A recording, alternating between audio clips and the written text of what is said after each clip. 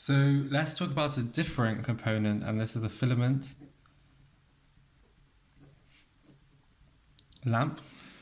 And if we draw this IV graph, it looks like this. So automatically we can say this is a non-ohmic conductor.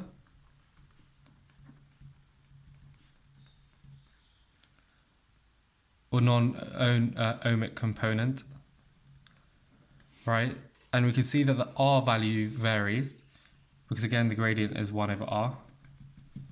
So we can see 1 over R, which is a gradient, is, well, very low over here. Hence, R is high as you go to the peripherals. So 1 over R is higher over here.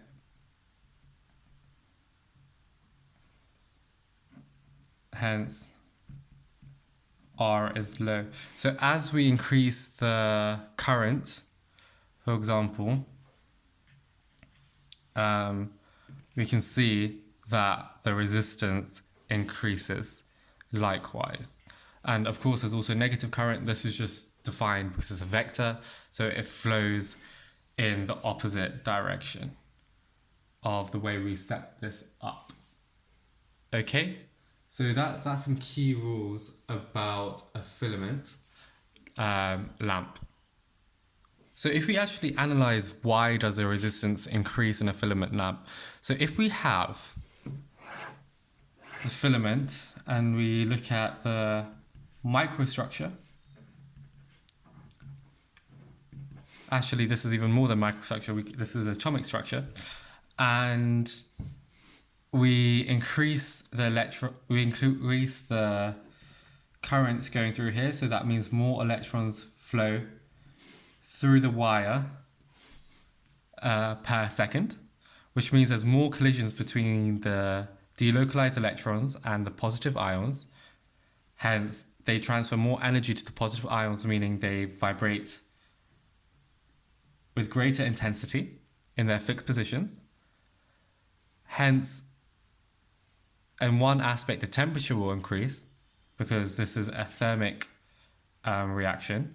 But also, right, if these increase even more in vibrations, it takes more energy for an electron to move from one side of the wire to the other side of the wire.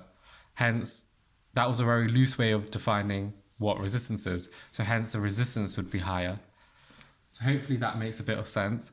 The reason why this is useful for a filament lamp is because we eventually want to increase the temperature so much that the resistance becomes, eventually want to increase the resistance of the wire so much that the temperature increases to an adequate level that the wire glows.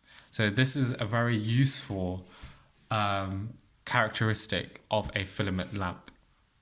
But likewise would not be a useful characteristic of a resistor, because you don't want your resistor to overheat and start glowing, because then there would be lots of problems.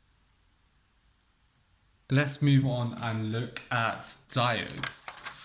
So diodes are very useful in lots of electrical components. We don't normally see them because they're in like our washing machines, our phones.